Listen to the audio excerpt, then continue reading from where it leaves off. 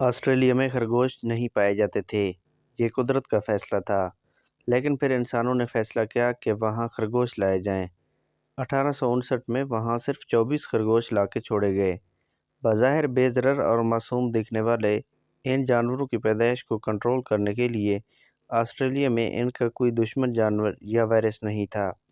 اس لیے چند ہی سال میں ان کی تعداد لاکھوں بلکہ کروڑوں تک پہنچ گئی، اور انہوں نے وہاں کے کسانوں کے ناک میں دم کر کے رکھ دیا اور ان کی ساری فصلوں کو تباہ کر دیا۔